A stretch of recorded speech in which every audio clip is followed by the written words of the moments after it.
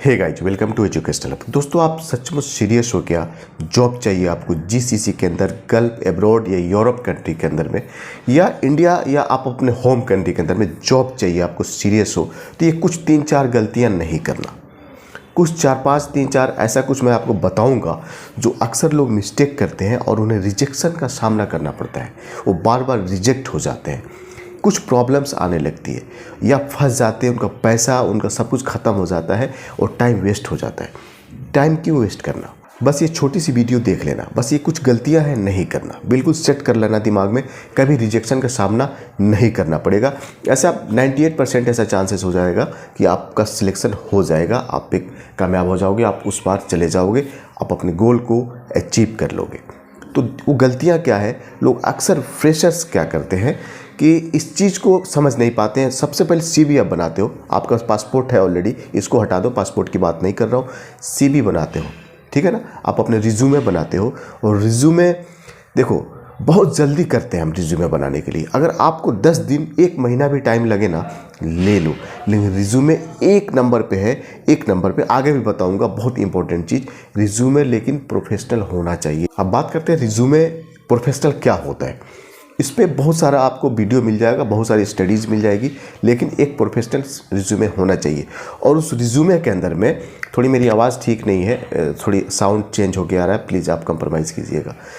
अब रिज्यूमे के अंदर में जो हम एक्सपीरियंस शो करते हैं, देखना बहुत ही टेक्निकल चीज़ मैं बता रहा हूँ, यही आगे चल करके लोग रिजेक्ट हो जाते हैं। जो एक्सपीरियंस डालते हैं, जो कंपनी, सपोज़ आपने 3 कंपनी का आपने उसमें नाम डाला हुआ है, एक ए है, एक बी है और एक सी है। ए कंपनी के अंदर में आपने 2 साल एक्सपीरियंस दिखाया है। अब जो बी कंपनी है उसमें भी आपने 1 साल एक्सपीरियंस दिखाया है, और जो सी कंपनी है उसमें भी आपने 2 साल का एक्सपीरियंस दिखाया है।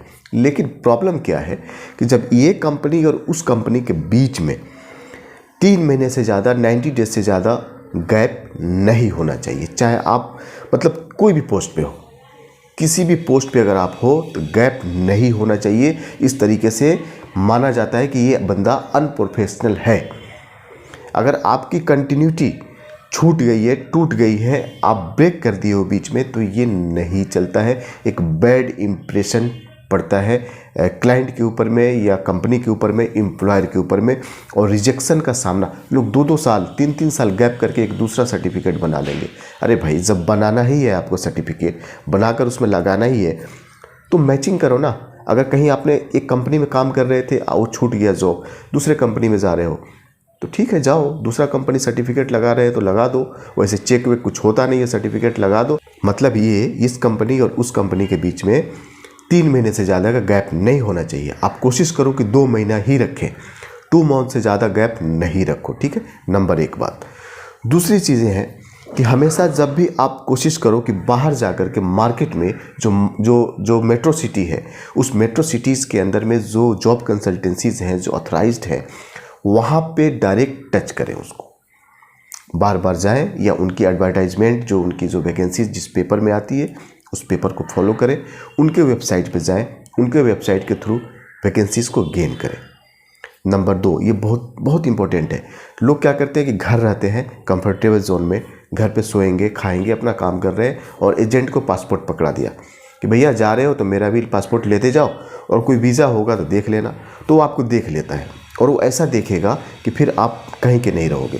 तो ये दूसरी गलती नहीं करना, हमेशा डायरेक्ट जाना, एजेंट के चक्कर में नहीं पड़ना। और तीसरी गलती, उससे पहले मैं आपको एक ज़रूरी अनाउंसमेंट है, बता दूं कि मैं अपने टेलीग्राम पे अब जॉब वैकेंसीज में डालता हूं, लेकिन 1 महीने के लिए ये सेवा बंद रहेगी, क्योंकि मैं आउट ऑफ मुंबई जा रहा हूं 1 महीने के लिए, ठीक है? तो मैं यहाँ पे पेपर लेता था, उसका स्क्रीनशॉट ले करके मैं आपको भेजता था। तो मैं मुंबई में तो हूँ नहीं, तो ये वैकेंसीज, ये पेपर मैं ले नहीं पाऊँगा।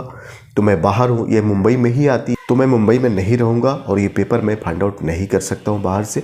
इसीलिए ये 1 महीने के लिए फिर ये सेवा चालू हो जाएगा। 1 महीने के बाद रेगुलर वैकेंसीज आपको मिलती रहेगी, ओके?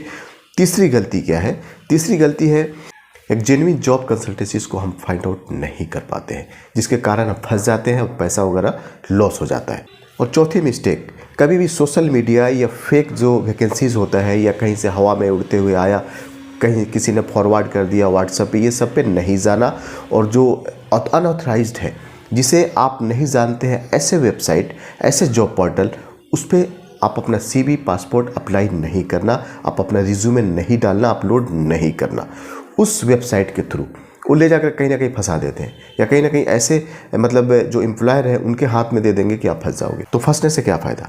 फंसने से बेहतर है, उससे अच्छा है कि कहीं डिले हो जाए, आप नहीं जाओ, वो अच्छा है। जाकर कहीं गड्ढे में गिर जाना, ये कहाँ की मतलब समझदारी है? तो ये सब चीज़ें हैं, नहीं करना। कुछ ही जो जॉब पोर्टल है जो ऑथेंटिक है, ऑथराइज्ड है, जो जेन्युइन है, जिस पर आप ट्रस्ट कर सकते हैं, उसी जॉब पोर्टल के थ्रू ऑनलाइन अप्लाई करें, ठीक है ना। और कभी भी एक और मिस्टेक मैं बता रहा हूँ आपको, कोशिश करो कि जो लिमिटेड कंपनी है, प्राइवेट लिमिटेड है या मल्टीनेशनल है, उस कंपनी में ही जाए। सैलरी थोड़ी कम होगी चलेगा, लेकिन कफिल के पास जो छोटे छोटे जो एम्प्लॉयर हैं उनके पास जाने की कोशिश नहीं करना, ठीक है। तो ये कुछ चीज़ें हैं, जैसे कि एजेंट से बचना, ऑथराइज जो है ऑफिस से काम कराना, जो प्रोफेशनल रिज्यूमे है उसके अंदर में क्या क्या कंटेंट होना चाहिए सही तरीके से सेट करना, आपकी जो वर्क एक्सपीरियंस है उसको, उसके बीच में एक लंबा गैप नहीं होना चाहिए, 3 महीने से ज़्यादा नहीं होना चाहिए। इसी चीज़ को लोग समझ नहीं पाते हैं। सारे डॉक्यूमेंट्स आपके पास प्रॉपर मेंटेन होना चाहिए।